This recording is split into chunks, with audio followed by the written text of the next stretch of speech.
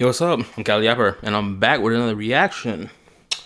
Today, I'm going to be reacting to the video made by Vincent. Now, I did get permission from him to react to this video. This video was 4 days ago, as of me doing my reaction right now.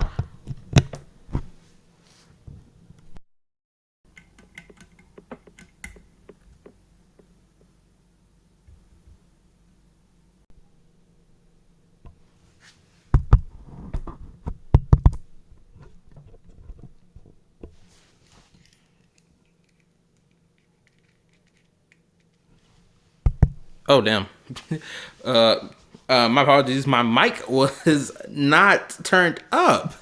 So I have to repeat my intro. Basically, what I said was, I'm reacting to Vincent's video about Withering Waves 2.7 story. I got permission from him to react to the video. Granted, this video was 4 days ago. But again, I was given permission by him in the comment section to react to this video. And yeah, that's what I'm gonna do tonight. Tonight is October 25th. It is 3:22 in the morning. And yeah, we're gonna get this reaction started. I had a lot of things to say about Withering Waves 2.7 story. I'm not gonna lie. I saw so many people sitting here talking about something. It's better than anything Hoyoverse put out in terms of story. This, that, and the third. And I'm just thinking to myself, we'll see. I played through the quest. Whatever act it was where Avidius was, taking center stage, or had more depth to his character fleshed out or whatever, right? Whatever act that was, I enjoyed it. The finale, the actual finale, I don't know what act it was, like probably act 6 or whatever. That quest, in my opinion, it had its good moments, but there was something off about it all. The way they had the characters speaking and talking, it almost came off as, oh, this is the end of the entire Wuwa story and not just the end of the Renacida story. Right? Even the location where like the loading screen thing, I was like, why are we showing this off now? This feels like this loading screen thing, if this thing has such high importance and is like the mindscape of the rover, right? Should we not be holding this off for something later? So this place can have more grand importance, right? Because like in comparison, Genshin Impact has the loading screen of Celestia and the doorway that leads into Teyvat, right? It goes beyond the firmament or enters the firmament, which leads into Teyvat and whatnot, right? That place is very important. We haven't reached that place yet because they've been building up Celestia and the location for years. We've been seeing it on the screen every time we log into the game, but we've never actually been to the location. So when the time comes for us to actually go to that location, you better believe people are going to be hyped about it. They'll be like, yes, we finally get to see what this place looks like. This place that we've never gone to at all, but always seen in the loading screen, right? So to me, that part, I was like, this part is lackluster. This doesn't feel right to put this here. But anyway, there's other takes I have, but I'll wait for that after start with the reaction. So let's get this reaction started, shall we? Let me make sure the quality, okay, it's not on audio or auto. So yeah, let's get started. Actually, let me turn this about halfway down. All right, let's start. Hello everyone, here's your spoiler warning, obviously, because we will be discussing the entirety of the Withering Waves 2.7 storyline. Enjoy! You know what? I'll say this. Withering Waves 2.7 absolutely knows how to make an ending feel epic. From the cutscenes to the music to the sheer sense of scale, this is Kuro firing on all cylinders. The presentation is top tier, you have crisp cinematography, emotional scoring, and easily some of the most beautiful visuals this game has ever put out. When everyone comes together in the final battle, it feels like the story's been building to this moment for years. It's one of those scenes that makes you sit back and go, yeah, this is why I play this game. And I'll be honest, for the first time in a long while, I felt proud of this story. I really did. Everything, all the threads, all the heartbreak, all the characters we've met were finally converging. From the moment the Grand Architect stepped onto the scene, it's been nothing but a non-stop roller coaster ride of emotion. I would agree. I would agree with this part. Tension. When this nigga pulled up, I was like, oh, this is a problem. Conflict, and pure absolute hype. Galbrenna unleashing her flames, the spirits lost within the river Styx rising to help her, proving that humanity's deepest desire is unity, the entire first-person sequence, which is by far... Yeah, this whole moment, I freaking effed with this. I love this moment. This moment was a really good moment. This was one of those cool moments that happened in the story. I was like, first-person view? Nice. Are the most imaginative and the whole creative thing popping I've niggas seen and shit. Game ever do. All of these things built an exciting experience that kept me banging my head to the music's rhythm with a giant giant grin on my face. Not to mention the great appreciation I have as Giant grin as homeboy stared at the camera aiming at her chest. I know what type of time you on. I respect it. the music's rhythm with a giant grin on my face. Not to mention the great appreciation I have as a Devil May Cry fan for all of the DMC references I found throughout the main quest. The entirety of patch 2.7. Yeah, I know there's this thing Wuthering Waves does where they reference other games and whatnot through certain moments, which that's cool and all. Like I don't have any negativity towards that at all. I think it's cool. All of the DMC references I found throughout the main quest. The entirety of Also, I've never played Devil May Cry, so Devil May Cry fan for all of the DMC references I found throughout the main quest. The entirety of patch 2.7 story continuously proves that Kuro's passion is still at the center of everything they do. And of course, I can't go without talking about that absolutely insane cutscene at the end when they take on Leviathan. It was a full 3 minutes and 20 seconds of pure, unadulterated cinematic bliss. An absolute action-packed feast for the eyes that also sprinkled in some interesting lore drops, like how Leviathan is capable of copying the powers of our Resonator allies, how Abraxas was not only confirmed to be a Threnodian, but also that Threnodians are aware of and know one another. And most importantly, that's true. The Fraxidus showing up and having the Grand Architect reveal that they were once Rover's Waystones. Some people might overlook the simple line. Me, I completely forgot about this whole Waystone terminology because I don't remember when it was mentioned. It may have been mentioned in the prologue, I believe. I could be entirely wrong. Someone can correct me in the comment section because I started playing Wuthering Waves back in January. So I was like late to playing the game by like a couple months. So I kind of like, I didn't speed rush my way through the story. I didn't skip anything. I played through it, took my time, but was like having to absorb all this information all in like the next couple of months until I reached Renacita was like, most of that information didn't retain to me. Like I do know that the rover founded the Black Shores and created Shorekeeper, I think, and like has their whole tie related to that. Right. And of course them erasing their memories back to the front for whatever God knows reason. I still don't know the reason why. But anyway, yeah. Reveal that they were once Rover's Waystones. Some people might overlook the simple line as another one of Kuro's metaphors used only for the sake of sounding good, but the entire point of it was to drive home the idea that every single member of the Fraxidus used to be companions just as important to Rover as the current Renacita cast. The Fraxidus was always presented as a villainous faction that wanted to recruit Rover for their own plans, which is why the implications of this line of dialogue go much deeper than one might think at first glance. It implies that they were unironically dear to Rover, close companions with whom he had a deep bond that he would sacrifice anything and everything for. It implies that Rover was part of or even founded the Fraxidus in his past life, that he could have been at one point a cold and calculating person who would be willing to do anything if it meant achieving his objective of eliminating the Lament regardless of the cost of human life. It also implies that what we're currently doing in Solaris is still within the boundaries of past Rover's plans, and that the Fraxidus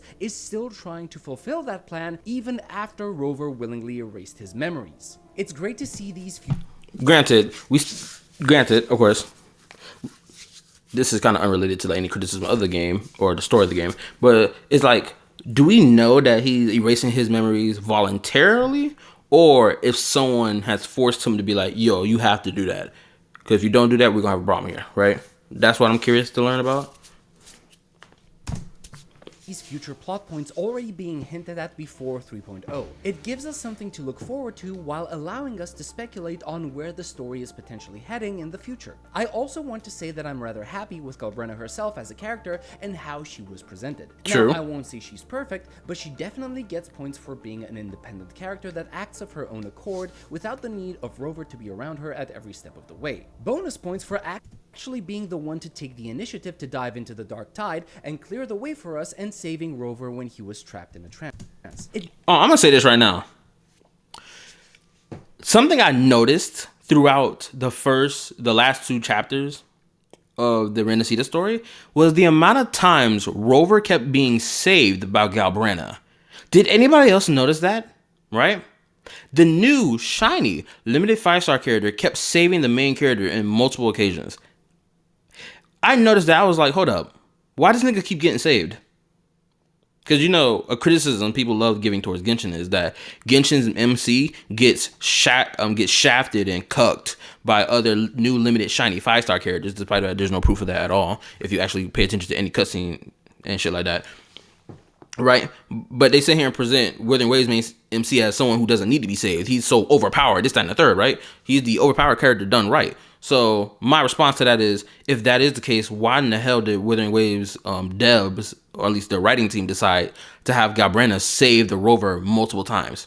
Like, for example, in this moment right here, where the rover gets, I guess, outsmarted, I say with air quotes, by Cristoforo, so that they would fall into a purer form of the Black Tide and get trapped in it. I sat there and thought to myself, bro, this is mad contrived. This nigga Rover has the ability to stop time. You're telling me he didn't? Well, I chose female Rover, so I'm gonna say she didn't decide to use spectral power to, you know, stop time. This is the same Rover, mind you, who sat here and stopped time apparently and slashed open the ocean back in version 2.5, where they were escaping an exploding facility, or a section of the facility that was exploding because they triggered a trap. You're telling me that's the same Rover who managed to get tripped up and slipped up by Cristoforo? Mind you, they weren't even having like a physical fight with each other. Cristoforo had walked a good distance away, and Rover let that nigga do that. And then the Rover allowed for themselves to be captured and put into I guess crystallization of the Black Tide, or it's like some tomb of the Black Tide, whatever, orb, whatever the crap you call it, right? And I'm just thinking to myself, this nigga is always gassed up to be so overpowered done right. But please tell me why this overpowered character can't save themselves. They needed the new shiny 5-star character to come save themselves. I would love for someone to try to explain that to me, because that didn't make no sense to me. Don't even get me started on the fact that Galbrana, before it's revealed that Galbrana and KallaTheYapper, you know, made a plan together to trick the Leviathan, this, that, and the third, right? When Galbrana sat here and pulled the trigger and shot KallaTheYapper, my first thought was, again, why didn't Rover use spectral power? Because Rover keeps using Havoc and Arrow a lot. I have hardly seen spectral power be used to stop time, to stop an enemy from moving, or lock them down in place. I've hardly ever seen that, despite the fact this character has the ability to do that. That's the whole point of the spectral element. It's meant to stop time or manipulate time. So why isn't it not being used? Make it make sense. Anyway. To dive into the dark tide and clear the way for us and saving Rover when he was trapped in a trance. I'm not gonna lie to y'all, this video may be an hour-long reaction. I'm gonna tell y'all that right now. I gotta make sure my stuff is good because I'm noticing little glitches on my screen. Don't know why. Maybe that's just his background footage, not good. Isn't like of high quality, so that's probably why. It gives me the hope that we won't just be getting wives in the future, but wives that are their own person before anything else. From a story-only standpoint, Wuthering Waves 2.7 does many things right that actually makes me think that they've topped off the Renacita arc with a perfect ending. And I'd love nothing more than to end the video here and call it a day. But if I did that, then not only would I be lying to myself. Also, I'm gonna say this too. I said this in a stream a couple months back when I was playing Changling's story quest. I find it really interesting that Rover, the main character, their arrow element burst looks like fucking fan animation. Did anybody else catch that? That shit looks like fan animation. Every time I keep popping that ultimate for my Rover, I keep thinking to myself, why does this look like fan animation? Why? This thing should not feel like fan animation. Like, look how the camera is and how the framing of the camera is when they sit here and just fly through the air before doing the slash. It just looks lazy. It looks like they didn't put no effort into it. And then you look at characters like KallaTheYapper and Zanny. When they pop their ultimate, the shit looks cool. It doesn't look like fan animation. But Arrow Rover looks like fan animation. It's like, huh? Why? Here and call it a day. But if I did that, then not only would I be lying to myself, but I would also be lying to you, the person watching the video. Listen, if you've been watching my channel for a while now, then you'll know that when it comes to my critiques of the games I play, I'm honest to a fault. Any video I make that's critiquing a game performs poorly. It doesn't matter if it's a... I do know that Homeboy made a video critique. I'm pretty sure, I don't know if it was him, or Vincent, or it was another content creator, but I remember a video popping on my timeline criticizing how version 1.6 and 1.7 of Zenless Zone Zero's story was having a little lackluster in their storytelling or storytelling methods, right? I remember that video. I don't know if Vincent made that video because I remember watching it. I have to go scroll back through his entire list of videos to see if I find it. But yeah, I'm inclined to believe it. Also, I'm gonna say this right now for anybody watching who's a Coral bot. That whole 2.6 story was terrible. It was bad. Okay, hold on. Let me rephrase. It wasn't like the worst shit ever. No, but if I'm gonna have to keep it real with y'all, the 2.6 story was legitimately bare bones. It was mid. And mid in a negative way. Not mid in a good, decent way. No, mid in a negative way. They introduced a concept out of the blue instead of building upon that concept from, like, let's say at the beginning of Renaissance as a whole. Like this whole concept of the place called chaos. That's like the in-between between existence and non-existence. Like, you think a concept like that should have been mentioned prior to 2.6. But instead they decided to drop that there and then run with explaining it more in depth or how it works. And then, of course, they used it again in the finale of Renaissance. To me, that just felt weak in comparison to like what Genshin, Star Rail, and Zenless do, where they introduce a concept that's like a core theme concept that's like ultra big world building. They don't sit there and just mention it out of the blue. No, they build upon it from its introduction all the way to like the climax. This was like, oh, we mentioned here, we build it here, and then climax is get used. And it's like legitimately the next patch they decide to use it. And it's just like, I see why you mentioned it in 2.6, but they should have mentioned this way before 2.6. Why wasn't this mentioned in like version 2.5? Maybe 2.4, 2.3? If it's about HSR, Withering Waves, or ZZZ. The message Or just, introduce it at the start of Renaissance as a whole. is clear. People just don't want to hear someone saying... Or better yet, mention this concept of the realm called Chaos back during the Black Shores whole segment of the story, right? Now, if it was mentioned prior to Renaissance, someone can let me know right now and prove me wrong. I'm all open and down for that. HSR, Withering Waves, or ZZZ. The message is clear. People just don't want to hear someone saying negative things about their favorite game. But the reason I do not know what the crap is going on right now. I don't understand what the hell is going on. I have too many open tabs? Why is it trying to jump forward? What did YouTube do with their video player? Stable volume, like, maybe I gotta drop the quality down. That's probably what's fucking the shit up. I don't know why, but something is effing everything up and it's pissing me off right now. talk about the negatives of a game isn't because I want to spread negativity or stir up drama. I want to talk about them, bring these problems to light, and make the community aware of them in the hopes of getting these issues fixed. That's why I spend hours researching and reviewing my material before writing a script. That's why every time I write a script, I don't just point out the problems, I try to come up with solutions to them. I've been getting a few comments recently that are questioning the direction of this channel, some saying that I've turned to praising anything Hoyo does and bashing anything Kuro does just for the sake of views. That's not the case. As I mentioned before, being critical... I'm gonna say this right now, Vincent, nah, you don't move like that. I do know another content creator that started moving like that, but it's actually the other way around, where they praise Kuro games for every damn thing they do, and then act like Genshin, anything Hoyo does is equivalent to that of the devil. Smacks and RB. The shit I found out about that nigga, of how he moved his channel, how he made Wuwa content first, then he tried to act like he only made Zenless content, and he hid those other videos, and it's just like, then his Twitter showing that before he made any content, he was excited for Wuthering Waves release. Like, that nigga Smacks on RB, he done lost a lot of respect for me, or I've lost a lot of respect for any opinion he gives, personally.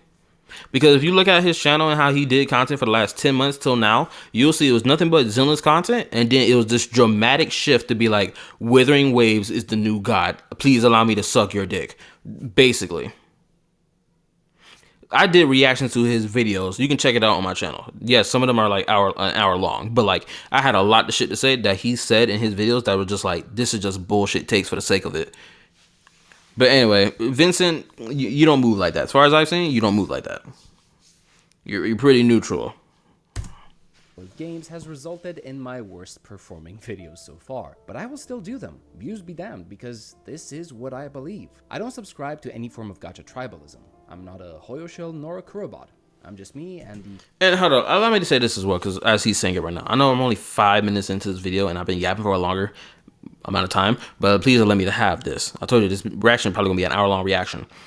So, when it comes down to me, like, I know people could look at my channel and think, oh man, you're a shill, but it's like, no, there are some valid things to criticize when it comes down to Hoyoverse, when it comes down to either Genshin, Star Wars, Endless, whatever, right? There's a lot of things worth criticizing. Genshin Impact, it's like some of the most obvious shit you can criticize, right? But like, the thing I disapprove of when it comes down to this gacha tribalism is when people sit here and try to act like there haven't been any improvements to any of those games at all. And I mean like active improvements, or things that's like better than it being what it was prior, right? How can I say this? Like, when people sit here and say Genshin storytelling hasn't gotten any better in Nod Cry after what happened with Natlan, and it's like, no, it did. Or when they say, oh, Genshin Impact, they don't update their game at all, they just leave it like this, and we know that's not true. They do update their game. There's a handful of things that's been updated for the open world exploration, and even just like how to find treasure chests and whatnot that's been updated that people don't talk about or mention at all, because to them it doesn't fit the narrative of, oh, Genshin doesn't improve itself. It does improve itself, it just doesn't improve itself in the way or the path that people want it to. And that's the more realistic take to have about it. I still want limited event quests that happened years prior till now to be playable, so that everyone can experience the same exact timeline of the story, rather than, oh, I didn't play that, so I don't get to experience this, right? I hate that shit. They need to make it permanent. If Zenless and Star Rail can do it, guess what? Genshin can do it too. There's no excuse for that. Anyway, let's continue. Let's get back into it. Subscribe to any form of gacha tribalism. I'm not a Hoyoshell nor a Kurobot. I'm just me, and the conclusions I come to are my own. Whenever I see something good or bad about a game, I say it while putting aside the feelings I have for that particular game and striving to be as objective as possible. So with that being said, I hope you'll continue to stick around for the rest of the video, where I will be pointing out the aspects in which I believe 2.7 failed. Some might question— Oh, I need to say this as well. I need to preface this. I was in Fox Soul's stream when Vincent was on the Discord call talking to Fox Soul about why he didn't like what happened in the 2.7 story of Withering Waves, right? Which then, of course, later on he made this video. So yeah, that's like the main reason why I'm even reacting to this, because I was like, ooh, this is something interesting to watch. Let's watch this. I'd love to hear more. Question how I can say that there are aspects where the story failed if the ending was perfect. Well, that's just it. The ending is perfect. It hits every emotional beat, sells you the sense of teamwork, unity, camaraderie. But these moments don't just stand on their own 2 feet. The emotional impact these moments try to elicit from you depends on the characters you've met in the past, on the things you've gone through together, and the bonds you've formed along the way. But therein lies the problem. When it comes to character development or the relationships Rover has with those characters, a lot of it is done off screen, and that's when I realized Wuthering Waves doesn't build towards its hype moments. It skips straight to them. It shoves the world building in dialogue, rushes past key emotional beats, hides characters' interactions off screen, and refuses to use the most fundamental technique in storytelling: show, don't tell. Take the Sentinel's Relic, for example. I'm gonna give my little take too. My biggest complaint about even seeing like the finale when these characters were like gathered together to fight the threat, my first thought was these niggas were not present throughout the latter half of the Septimont segment of the story at all. Despite the fact these niggas live on the other island. You got nigga from the Montelli family. There's no reason why Montelli family can't be here in Septimont to like be the one to like fund Lupa and be her sponsor. Who's to say that people from Renacida or Raguna City can't be a sponsor for a gladiator in Septimont? As far as I remember, there was no rule stating that can't be the case, right? Like Brant and Roshia, they're part of the troupe. They do entertainment. You're telling me that they can't come to Septimont to like do some performance act of entertainment for like a halftime show in the midst of the whole gladiatory arena stuff? Like, it would make sense for them to be there for that reason.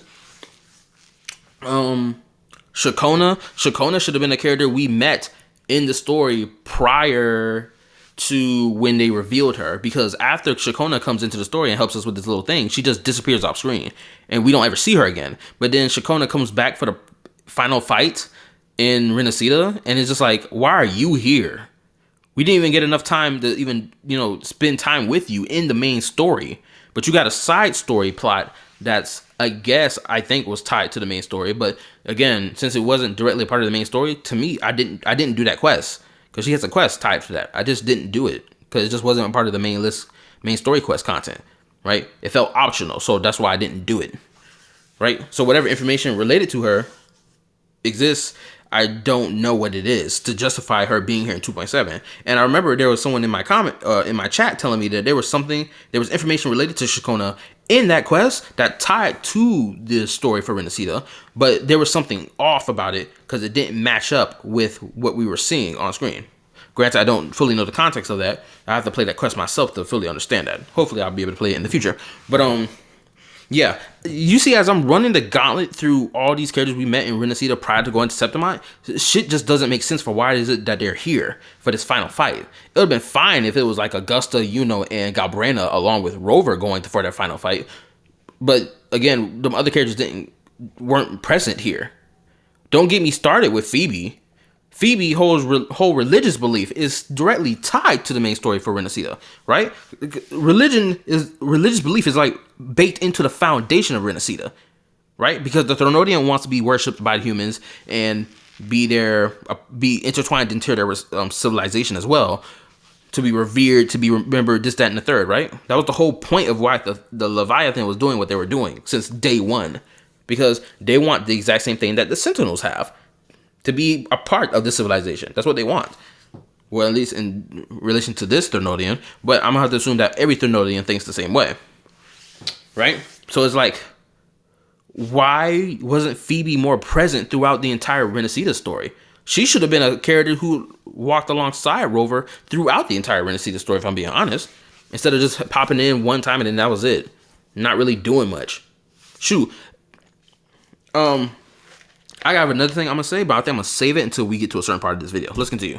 A lot of it is done off screen, and that's when I realized Wuthering Waves doesn't build towards its hype moments. It skips straight to them. It shoves the world building in dialogue, rushes past key emotional beats, hides characters' interactions off screen, and refuses to use the most fundamental technique in storytelling: show, don't tell. Take the Sentinel's relic, for example. We don't see how Tethys analyzes the relic. We don't even know if we made the journey there ourselves. We only figure out that it can't be unlocked by Tethys and that it's called a civilization capsule just because Abby says so in a single line of dialogue. Moments like this are why Wuthering Waves' story often feels like a collection of spectacular scenes without the connective tissue that makes them matter.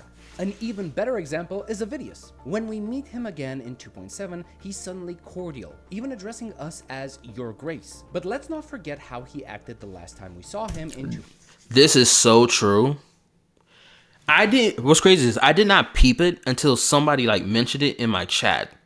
I think it may have been Joshua. Joshua is a homie, by the way, so he's not just a viewer. But I think he may have mentioned it. I was like, you know what? You was absolutely right. This nigga isn't talking shit right now. For a nigga who came to the realization that he was a fake nigga to begin with, he was a fictional character who wasn't even real. The fact that he lost all that, that bite, that bark he had towards us is kind of interesting. And it's like, bro, what the hell happened to his writing? Because I know the Nigerian Perspective, that YouTuber, they made a video talking about why Avidius was a better character in comparison to homeboy Dainsleif from Genshin Impact. I plan to react to that video, but I'm not going to react to it now. I'm going to react to it after I finish Genshin Impact's new story quest, because I know Dainsleif appears. And whatever video, because he made that video before 6.1 dropped him. I know that for a fact. So I'm going to wait to have my counter argument ready after I play the quest. So look out for that reaction. Let's continue. In 2.6, he was openly hostile toward Rover because Yuno's existence had been erased and every trace of her connection to him was pinned on us instead. There was tension, there was resentment, there was a setup for resolution, and yet the entire conflict just vanishes. No explanation, no reconciliation, no follow-up. Avidius simply flips from an overly hostile character to a steadfast ally as if nothing ever happened, and thus damages the continuity. That emotional through line, the clash born from misunderstanding, could have been one of the strongest character's payoffs in the entire arc. Instead, it's brushed aside. Why? Probably because it's not flashy or hype enough. Wuthering Waves trades genuine character development for cinematic spectacle, and we see And I do believe that to be true. Because think about it. Every time something happens in Wuthering Waves that's like this cool moment, what are people doing? They've been like, oh, look at this Aura Farmer. Such a cool main character. Allow me to suck your dick. Oh, Mr. Get Bitches. Mr. Captain Save the Hoe. This, that, and the third, right? Which is fine that people want to post that. I ain't got an issue with that. Inherently, I don't have an issue with that. But it's like, when shit like this happens and no one talks about it, it confirms more and more to me that, you know, Wuthering Waves is becoming Genshin Community 2.0. Whereas, like, because, like, you know, I did a reaction to Glaive Kyo. Glaive Kyo had an issue with people who play Genshin Impact who will post all these cool moments that happen in the story, but doesn't post anything about the journey to get to those moments, right? And it's like, okay, so you didn't do that for Wuthering Waves, and granted, he made even Glaive Kyo over the last week, I believe, or 2 weeks, made a video talking about somehow Wuthering Waves redefined storytelling. I'm gonna be honest with you right now, no the fuck it doesn't. I'm gonna react to that video hopefully after this one, because I played the 2.7 story already. So I'm gonna be ready to bite when it comes to that video. Hopefully I'll react to it after this one. But anyway, yeah, you get the point. we see the same problem play out in Avidius' arc. He finally gets his time in the spotlight, and rightfully so. I was genuinely happy to see him shine, especially since he's been the most compelling character in all of Septimon to me, even more so than Rover or any banner unit. And yet, his death rang hollow. Theoretically, Kuro did everything right. His final scene is cinematic perfection, the personal struggle of a fabricated existence trying to find meaning beyond what its creator designed it for. He fights, he fails, and in the end he sacrifices himself to hold back the dark tide, entrusting his hopes for the future to Rover. On paper, I'm gonna say this right now. It is clear as day. Wuwa's devs bit that whole style from Amphorius with Star Rail, because you can equivalent hold on, let me correct my wording. You can equate, there we go, Avidius to fucking Finon. Homeboy knows he's like a fake existence, that he's not supposed to have anything beyond this predetermined fate that's for him, which is to be used as nourishment for the Black Tide to give birth to Iron Tomb and start Era Nova, this, that, and the third, right? For the destruction of the universe type shit, right? He goes to we have an entire section of Amphorius' story dedicated to fleshing out his character to understand his entire POV from beginning to where we are now. So that everything about every action he does and why he behaves the way that he behaves and why he's done the things he's done makes sense. Avidius, we don't really get that with Avidius. Right? It's really quick flash, snap of the finger. Here you go. Oh, look at this cool epic moment. Oh, he's absorbing all this, the tide spawn to hold back the dark tide so that Raguna City could be safe. Granted, you know, Septimon is the only one that's not safe at the moment, but you get the point, right? Like, I can't help but think of Amphorius with Finon and just think Starro did it better. I'm sorry. Like, as cool as a NPC character he was, I'm just not as, like, even in the moment, like, I thought it was cool and whatnot, but, like, if I'm being honest, I'm just not as invested with Avidius if I were to, especially when I bring Finon into the picture. I'm just, like, more invested in Finon in comparison, because his character was built up. You saw the shifting of his character before version 3.4 even dropped, right? You saw the losses he was taking, the losses he was experiencing, and knowing that he had to step up and be the one to take the charge as the leader of the Chrysalis heirs and shit like that. Or what's left of the Chrysalis heirs and all that other cool stuff before version 3.4 dropped. So it's like, Avidius would have been a cooler character if he had existed at the start of Septimon's story and we got to experience his character from there till now. Then this moment would hit harder, but that's not what happens. We met him in version 2.6 and we no longer meet him again in 2.7, and that's it. That's how long his entire character story lasts for. And I know the Nigerian perspective, without a shadow of a doubt, will spin that to be like, oh, look how amazing, how cool of a character he is in comparison to Dainsleif. And it's just like, no, Dainsleif's story was meant to last longer than Avidius. Avidius was meant to be a character that comes in and out. That's it. This is the only purpose Avidius serves, which is to hold back the dark tide, this and third, so that other characters can have cooler moments. Right? That's the only point. His whole development just feels hollow as well. Like the concepts and things tied to it is cool, but it's like it's still hollow. Sacrifices himself to hold back the dark tide, entrusting his hopes for the future to Rover. On paper, that's tragic heroism at its finest. So why didn't I feel it? I kept thinking about it, especially because I made a video on Zone Zero about the importance of death in storytelling. And that's the I believe that was about Seed and her story quest. I haven't done Seed's story quest yet, but I've been told by a friend, that's Joshua by the way, that it is diabolical in the sense of it is a heart wrencher. It is great. So I plan to play that at some point. Hopefully I can. I really want to play it. It sounds good. Let's continue. Actually, let me back up. Because I made a video on Zone Zero about the importance of death in storytelling. In that video, a character of similar narrative weight died, and her death hit me like a brick. So why didn't Avidius's? And then it clicked. It's because I wasn't connected to him. Avidius was fascinating, yes, but he was distant, detached. We never got to build that connection with him through Rover's eyes. He simply appeared, delivered exposition, and died beautifully. But beauty alone doesn't create... Exactly. Hopefully my shit isn't lagging too bad, but exactly, yeah. It was lacking in what it needed. The buildup was lacking. The substance was lacking. Emotion. That's what makes his sacrifice feel hollow. It's tragedy, but without the intimacy. And since we're on the subject of intimacy, let's discuss the trio. Please, for the love of God, do not put my goats, Archer, Emiya, next to that fraud of Vidius. They not the same. Shoot, my nigga Archer Emiya is a cooler fraud in comparison. Them niggas not the same. Don't do my goat dirty like that.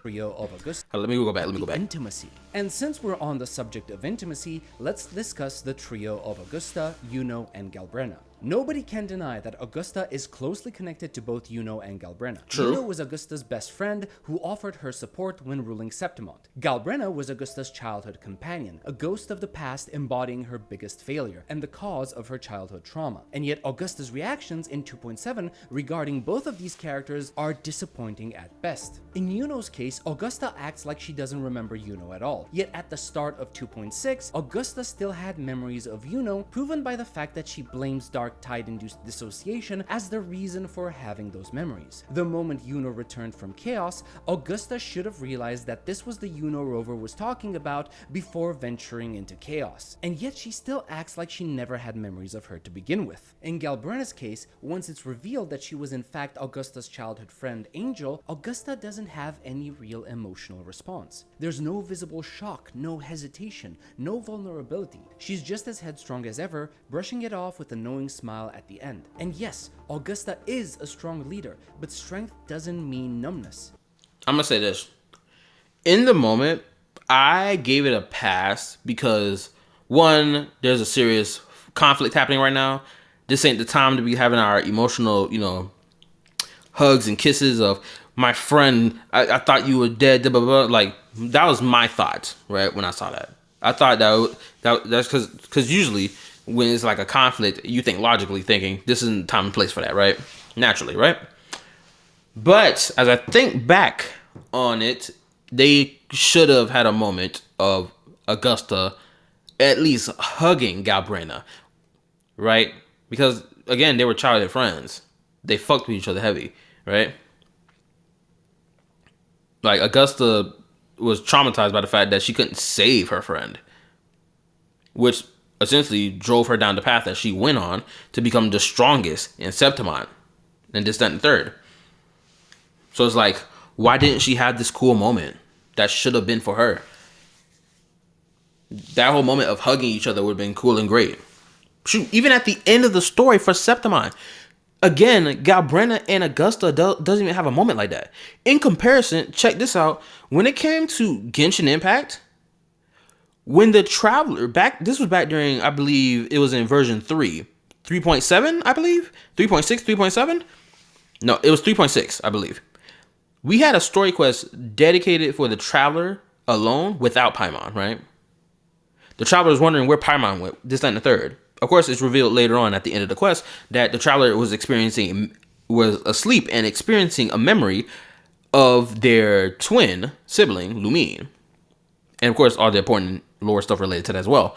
And at the end of that quest, the Traveler, right? The Traveler and Paimon have a cute and loving moment with each other where the Traveler is like, Paimon, I miss you so much. And guess what the Traveler does? The Traveler reaches out to hug Paimon.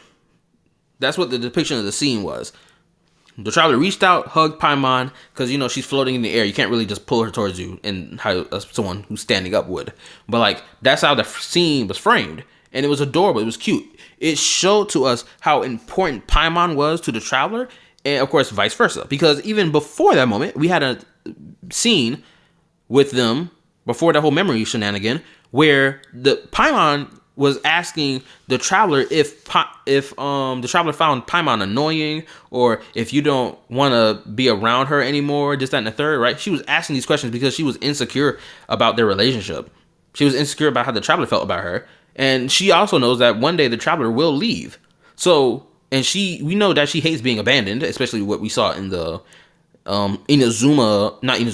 Sumeru story quest, where we left Paimon to go journey out into the mindscape of that back in version 3.0, 3.1, whatever, one of those two acts. I think it was Act 2 of 3.0. And when we came back, Paimon was crying and whatnot. She was like, Traveler, you've been gone for so long. Where have you been? Right? She's having such an emotional reaction to the Traveler being gone. Because it's showing to us how important the relationship between the Traveler and Paimon is. That's why Paimon is even in the story to begin with. She's meant to be the travel companion of the Traveler, and she plays that role. Right? In case, again, with the case of Augusta and Galbrana, they don't have a moment like that, which is a real shame. Now, let's continue. When you are faced with the person you long thought to be dead, your oldest friend, the person you failed to protect, and see that she is hale and whole, your mask has to fall. And another thing too, another moment that's kind of similar to this, not exactly, but it's like, for example, when the Traveler finally sees their sibling again, during, what was that second Dainsleif quest in the entire game after the Liyue Archon quest, right? The Traveler is blatantly having an emotional reaction. Right? You see the expression on their face. They're like, sis, you're here. I've been looking for you everywhere. Granted, Paimon the one yapping her gums off the most, which people didn't really like the fact that Paimon was the one yapping the most in comparison to the Traveler, who should have been more vocal in that quest, which I agree. But to get back to the point, that whole moment was an emotional moment for the Traveler. Because even in the final cutscene for that moment, the Traveler is staggering forward. You see him look like he about to cry or whatever. Then he tried to chase after her, but the portal closes, and well, before the portal even closes, he finds out that he can't even go through the damn portal. He just phases through it, and then the portal disappears, and he's left in silence with Paimon as they discuss. Okay, let's recap what she's talking about. Because this was a lot of crazy information we got, right? And of course, it kind of ends off on a bit of a sad and somber tone to it, right? And that's not the only quest that's been like that in Genshin Impact. The most recent one, version 5.7 Archon quest, with Deerdith, how that story quest ended, it felt just as sad and somber. Right? Anyway, let's continue. It doesn't matter who you are, your strong facade cracks even if it's only for a moment. I'm not... My bad, I'm talking a lot. But Skirk, another good example. Even her mask started to crack. Now, did she break down in full-blown tears? Absolutely not. But she started opening her heart more, which then allowed for her to obtain true power, this true strength that she's been looking for. Right? It was such a cool moment for Skirk. Because she had lost everything. She lost her planet, she lost her people, she lost her parents. The only thing she ain't lose was...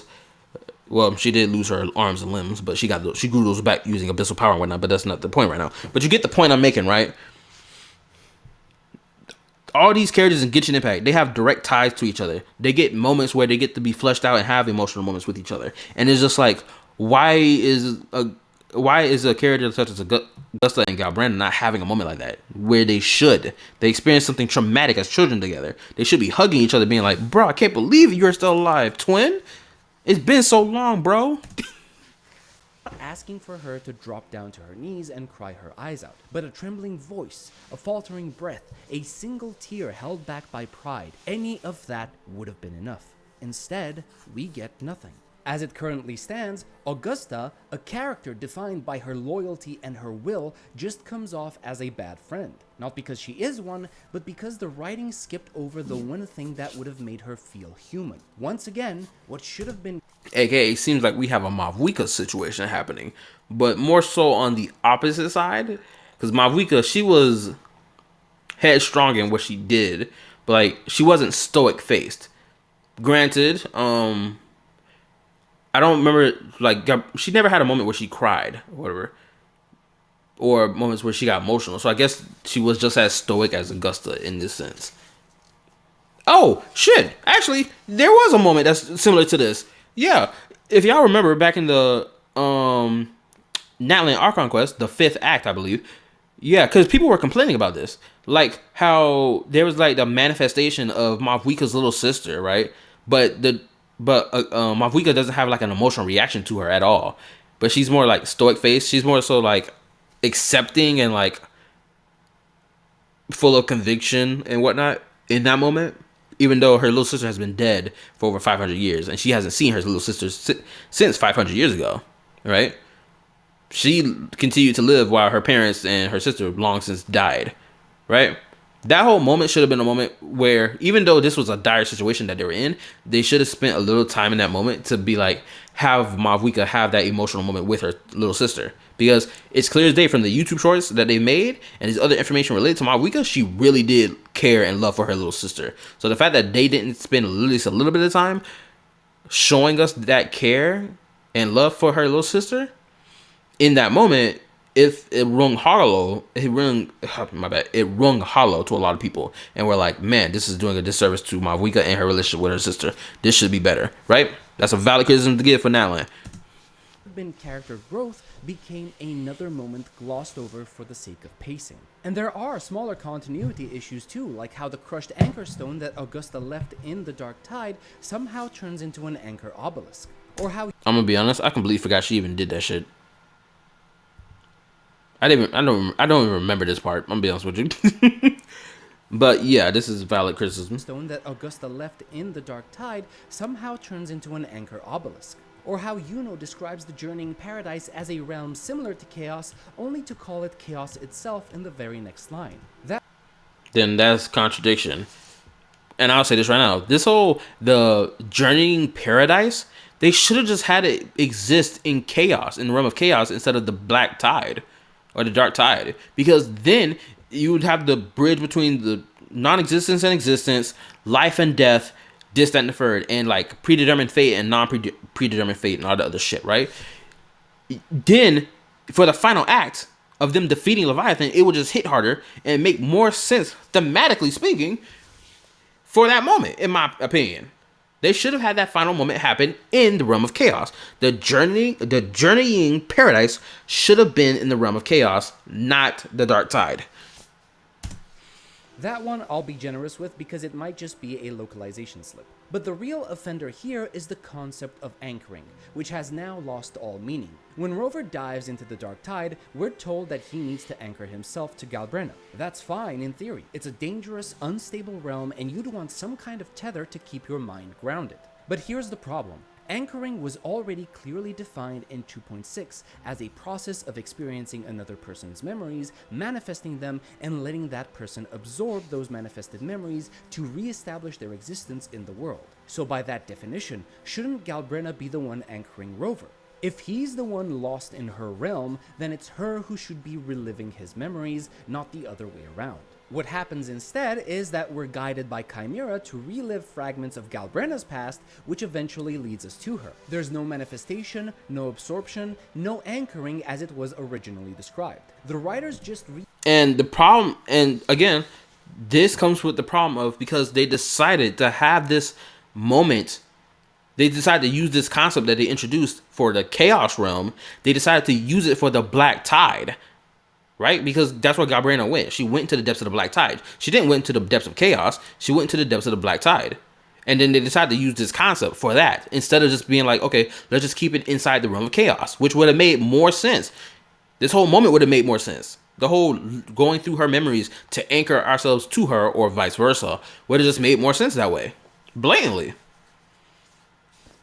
But again, since they decided to use it for the Black Tide realm instead of the Chaos realm for the final fight and the whole anchoring concept for at least the final act, we have inconsistency of how it's executed.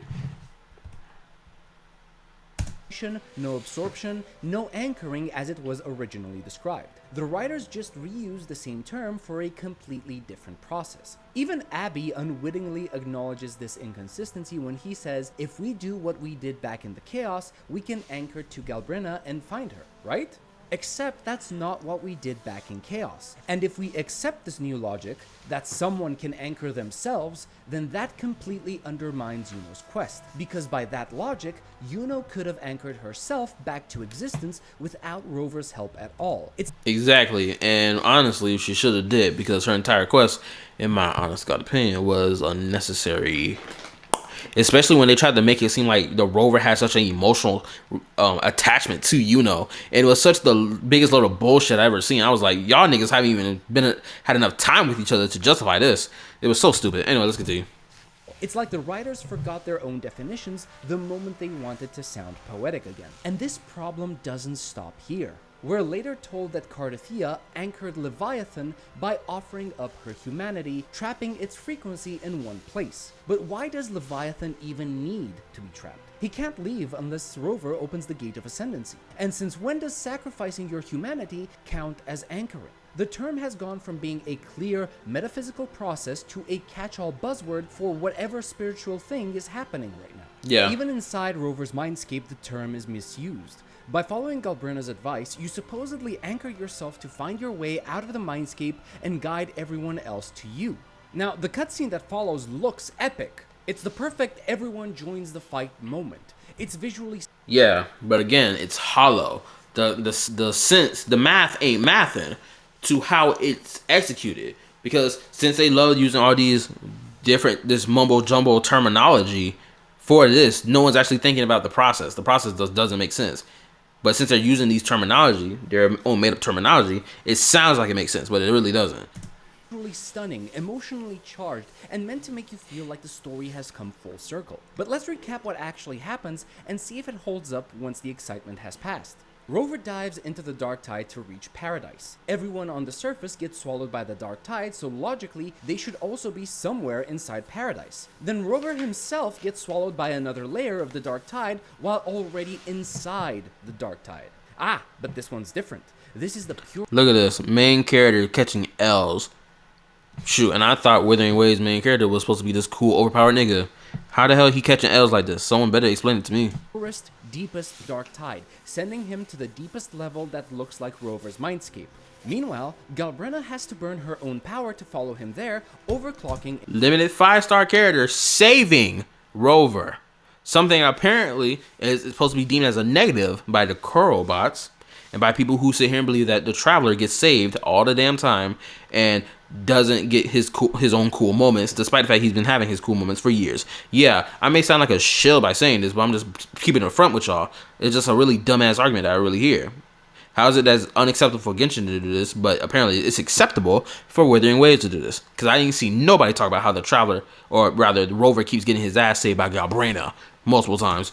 In the process. Here's where things start to fall apart. The dark tide is supposed to represent humanity's collective subconscious, a chaotic sea of shifting thoughts and emotions. In earlier dialogue, we're told that to bring reinforcements into paradise, we need the anchor stone to guide everyone through that chaos, but that stone was destroyed by the architect. So how is it then that every single ally manages to show up at the same time in an even deeper layer of the dark tide without any guidance whatsoever?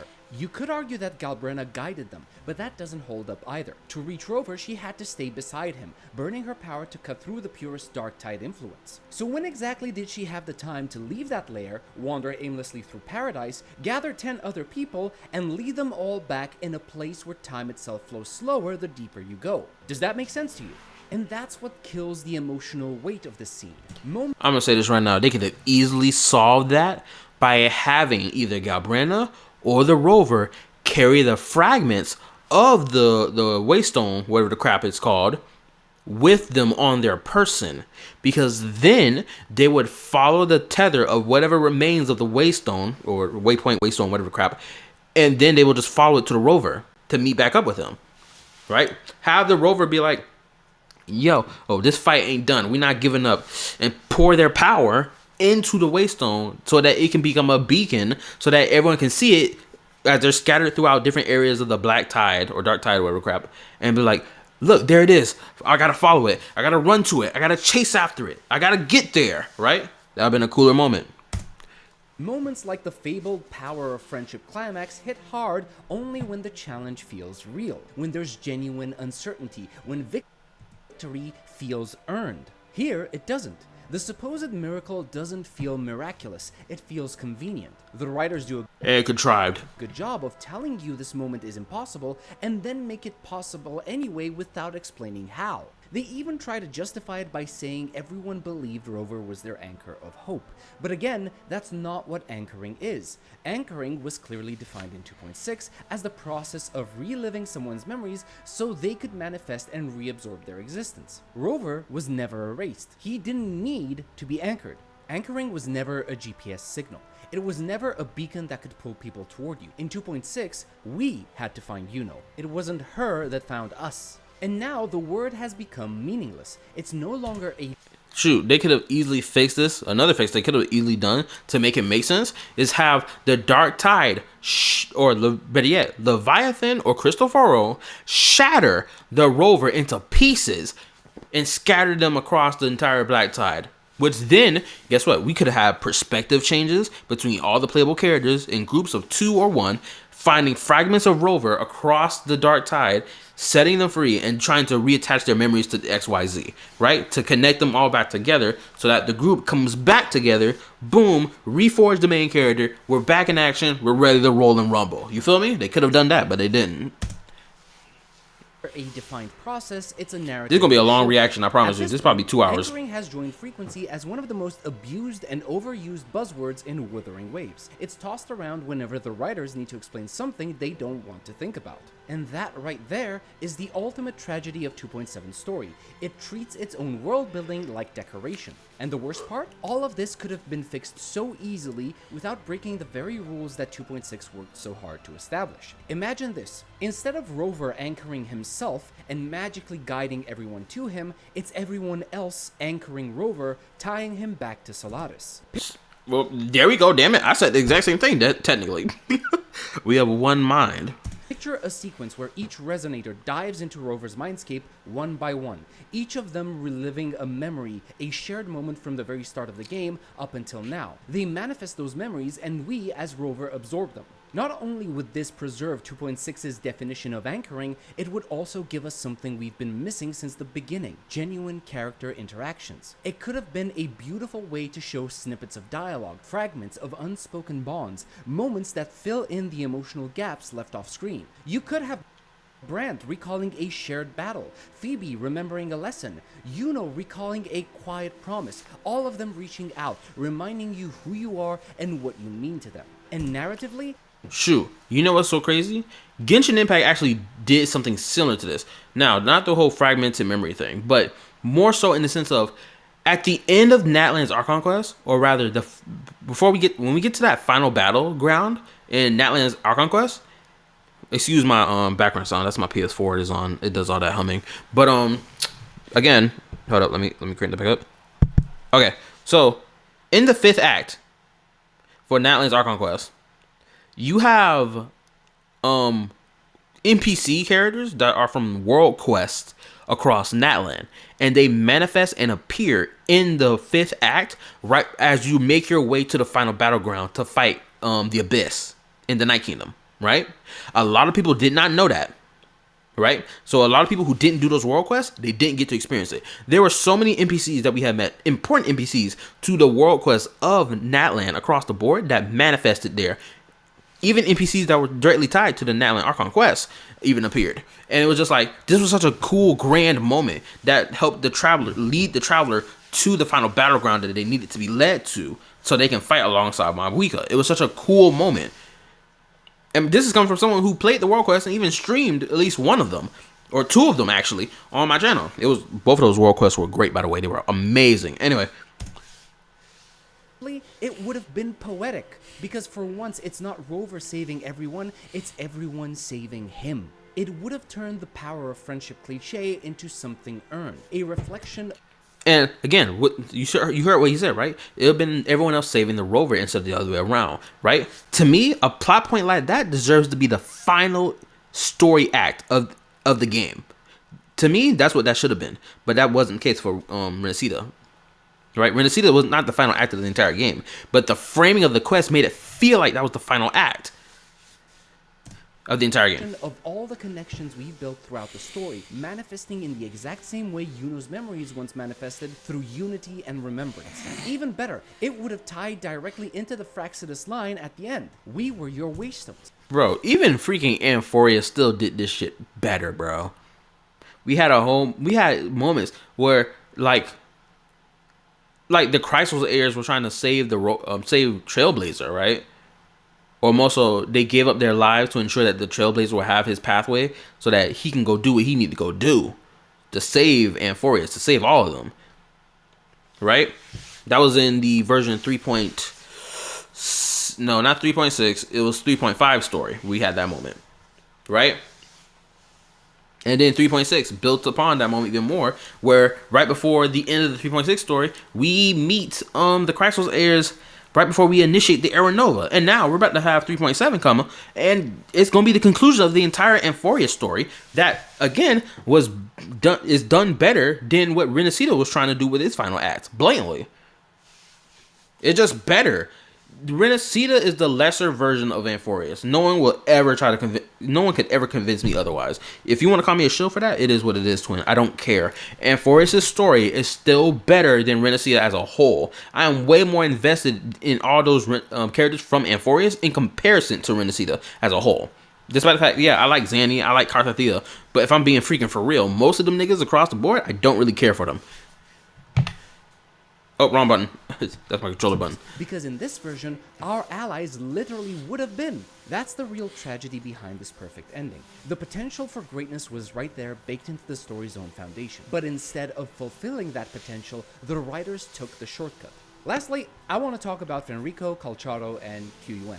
Fenrico had the potential to be an amazing villain, one with a tragic but understandable motive. But because Rover barely interacted with him, and because 2.5 focused more on Frolova than Fenrico himself, his entire arc was rushed. His supposed penance at the end of 2.5, turning to stone while holding the Lantern of Napoli 2 to keep the dark tide at bay, should have been a devastating moment. And yet, in 2.7, we're just told he died off-screen. Then, he reappears briefly as a frequency to help us lift the lantern one last time. It's supposed to be a redemption, showing that even after death, Fenrico's spirit still burns to protect Renacida.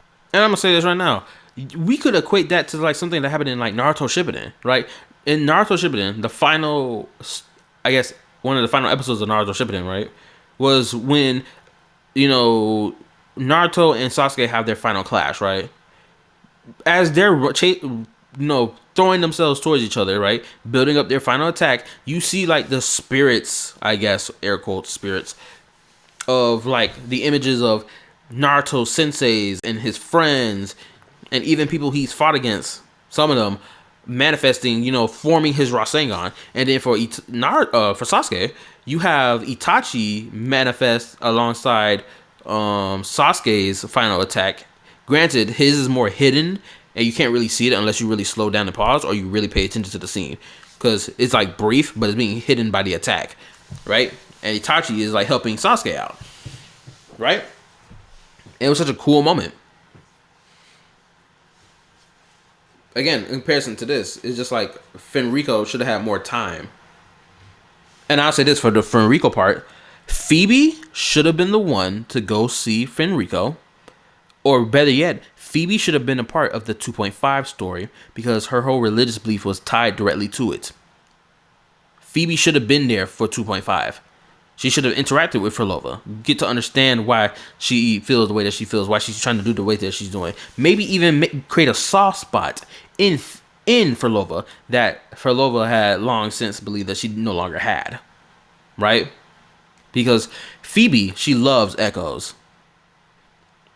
And in comparison, you have Frolova who wants to use tacit discords. or the remaining fragments of humans, frequencies that have been turned into tacit discourse to create her little paradise. It's such a great contrast between those two characters, and it really sucks that these two characters did not interact at all and played with those themes or these things in particular, right? It kind of sucks. And on top of that, again, back to the Fenrico point, Phoebe should have been there to be the one to interact with not Christopher, but with Fenrico, directly confront him, this, that, and the third, have her religious spew, yada, yada, yada, all that cool stuff. She should have had that moment with him. And she should have been the one to bring the lantern to the rover and not, blind swordsman. I'm being honest with you. Blind swordsman should have been left out of the entire Renacita story or the final act, and should have only appeared in a quest that was meant to be the prologue for the new area that we're about to go to in 3.0, which is Lahoroi, right? He should appear in a quest. He should have appeared in a quest that is the prologue quest for 3.0's Lahoroi. That's what he should have appeared in. Not in the 2.7 story and just hands over the lantern to him and just starts speaking speaking in riddles and shit. You get the point. But because he never had enough time to develop, to connect with Rover or the audience, the moment falls flat. And that's tragic, because the seeds for a great story were already there. Then there's Calcharo. If we ever needed proof that Wuthering Waves' story is too disjointed or disorganized, he's it. For those who remember, Calcharo never appeared in the main story or even in his own side quest. Yet somehow, he showed up in the anniversary cutscene and the Peaks of Prestige event where Rover speaks to him as if they already knew each other. But here we are. Yeah, it was so asinine. It's so dumb. It's so blatantly dumb. That's how you know that character getting done dirty so bad.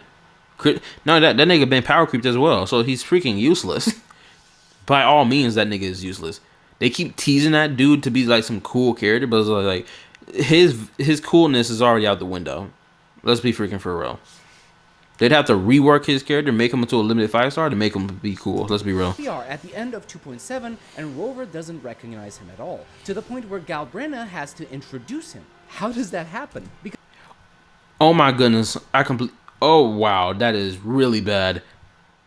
I forgot. I was listening, but I wasn't even paying attention. Yeah, this nigga was talking to this nigga, Calcharo, fake Sephiroth, back during the anniversary story, and they were talking like they knew each other when they really didn't, because we never saw them interact with each other. Don't get me started on all them cutscenes for the anniversary story where it was like, oh, Dan Jin and Yoon Lee over here chatting it up as if we seen them two characters interact at all. I remember that scene. It was a quick flash scene. I remember that. It was so dumb. And then now they come back in the 2.7 story, at least Calcharo, and nigga doesn't know who Rover is. What? Make it make sense. That's why that's why the anniversary sucked even more so. Not just the lack of rewards, but also the story that they made for it was just terrible. Made no sense. It didn't even match on the timeline. Showed up in the anniversary cutscene and the Peaks of Prestige event where Rover speaks to him as if they already knew each other. But here we are at the end of 2.7, and Rover doesn't recognize him at all, to the point where Galbrina has to introduce him. How does that happen? Because Kuro keeps writing these scenes as if the emotional groundwork already exists when it doesn't. And then there's QUN. Now, one of my viewers asked if his appearance with the lantern counts as a Deus Ex Machina. Honestly, I don't think so. We always knew where the lantern was, and retrieving it was entirely plausible. But what is a Deus Ex Machina is the lantern's miraculous recovery. When we dove into the Dark Tide, QUN tells us it only has enough energy to protect one person. And yet, right after we return, that same lantern suddenly has the power to purge the entire Dark Tide from Renacita. That's not poetic, that's inconsistent. And after thinking about all these contradictions, the rushed arcs, the reused buzzwords, the broken logic, I started asking myself, why? Why does Wuthering Waves keep tripping over its own narrative? And here's my theory. I think Kuro Games still hasn't fully recovered from the massive story rewrite that happened 3 months before launch. It feels like they've been playing catch-up ever since rewriting and retrofitting pieces of a larger story. I do believe that is to be true, because, like, in comparison to Genshin, I'm going to make the comparison to Genshin again. For Genshin Impact, they already wrote their story. Granted, it is to be argued whether or not if Natlan had been rewritten, or this was how Natlan's story was originally going to be with what we got. So that's still up for like debate, right? Because certain characters didn't get fleshed out, like Ian-san, a character who'd been hyped up for so long, which again, homegirl got done dirty. And I don't mean in the case because she's a 4-star character, no. I mean story presence wise. Anyway, yeah, I fully believe that Wuthering Waves was really trying to ensure and like plant themselves as this new gacha game that can stand on its own 2 feet to be better than Genshin Impact this and the third.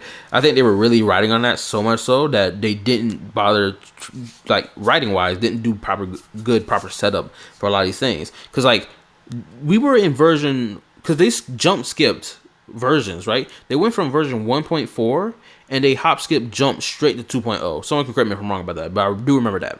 They hop skip jump. They could have given us version 2.5, 2.6, 2.7 to build up or establish some of these concepts before we went to Renesita for these concepts to then be delved into. That would have been a great thing to have, which is why when you look back at Genshin and all the moments we had those quote-unquote filler updates, there were a lot of concepts and stuff that was played with and mentioned in limited time event stuff or new character story quests that later on starts playing a role in future quests that we started seeing and experiencing.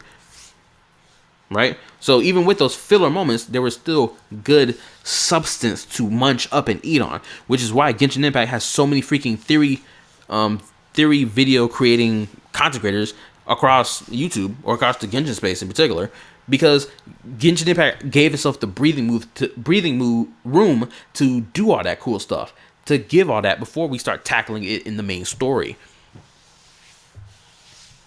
Case in point, the Book of Sun and Moon, the whole thing about the dragons being the original rulers of the world and whatnot. Guess what? That came back to play a role in Fontaine, or not just Fontaine, but in freaking Sumeru before we went to Fontaine to meet another dragon. Because in Sumeru, we met our first ever true OG dragon sovereign, which was the Dendro dragon. And then in Fontaine, who do we meet? We meet the Hydro dragon. Then in freaking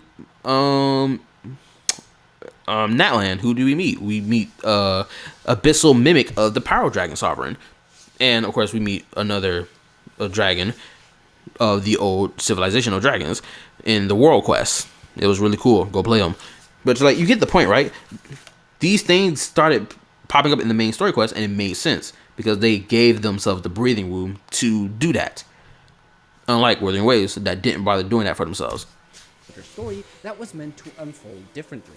I wouldn't be surprised if before that rewrite, there were scenes that showed Rover in a less heroic but more human light. Moments that might have shown him feeling vulnerable or even painting an unflattering picture of him. Yeah, because apparently people think a main character should just be cool all the time with no vulnerabilities, always overpowered, never being stopped by anything, not even being human, not even being like someone that's relatable, like the Traveler in comparison. The Traveler kicks. We know the Traveler folds niggas. We know this to be true, but he not folding every nigga he come across. Most definitely not, right? And that's good because then we get to see him evolve to be strong enough to fight said niggas. Case in point. Okay, not really. When the Traveler first comes across Senora, right? They kind of get held down by other Fatui pretty easily. And then, knocked out by them. Granted, they didn't really fight homegirl then and there. But the next time we did see her, we did run her fade and we beat her. Child. For the fight with Child, we kind of technically ran out the clock for Child. But I am inclined to believe the next time we fight Child again, whenever that may be, the Traveler will most definitely have a clean sweep win next time. And so on. It's like a natural trend that we keep seeing. And it makes sense. Anyway, let's continue. Moments like that are essential for emotional storytelling, but maybe they didn't fit the new direction or timeline. It would also explain why certain arcs feel displaced, why Renesita appeared earlier than planned, and why Calcharo shows up in events where we already act familiar despite never meeting him in the main story. And honestly, that gives me hope, because if this is Kuro scrambling to patch together what was lost, then maybe, just maybe, version 3.0 will be the point where they finally stop rewriting and start building again. That's my tinfoil hat theory anyway. But if I'm right, then all this inconsistency we've been seeing isn't just bad writing, it's the aftermath of a story trying to find itself again. Anyway, if you've made it this far into the video, And I agree. That's why I hit the like button. I'm gonna say this, cause I know this reaction is probably a freaking hour and 30 minute or probably 2 hour long reaction. Please forgive me for that. But I'm gonna say this right now. The design for the Thornodian Leviathan, to me, this shit just feels lazy. They just reused KallaTheYapper's character model and just did some changes to it to be like, oh look, this is the final boss. Da, da, da. I understand that she's supposed to be like mimicking and stimulating other characters' abilities and whatnot, but would it not have been better if she looked like some eldritch horror? That's some multi-faced creature. That's some sea creature, right? Imagine she had like some sea creature parts sticking out of her body, like they did with Maya and that boss fight.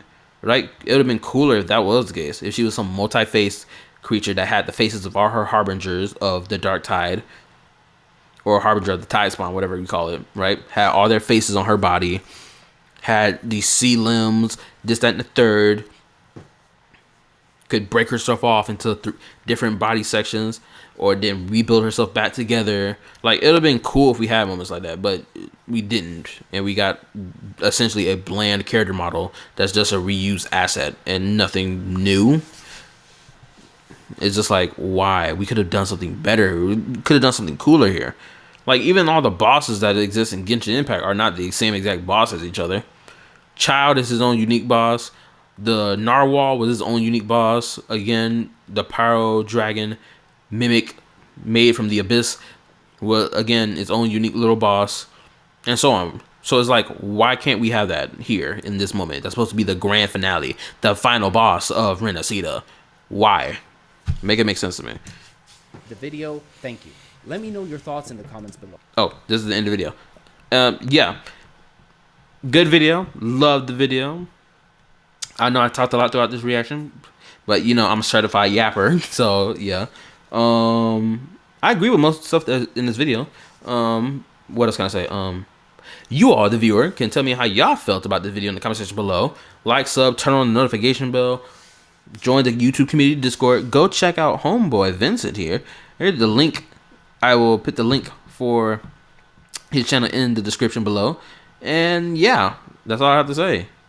I'll see y'all in the next Yap reaction. Good night and peace. This is KallaTheYapper signing out.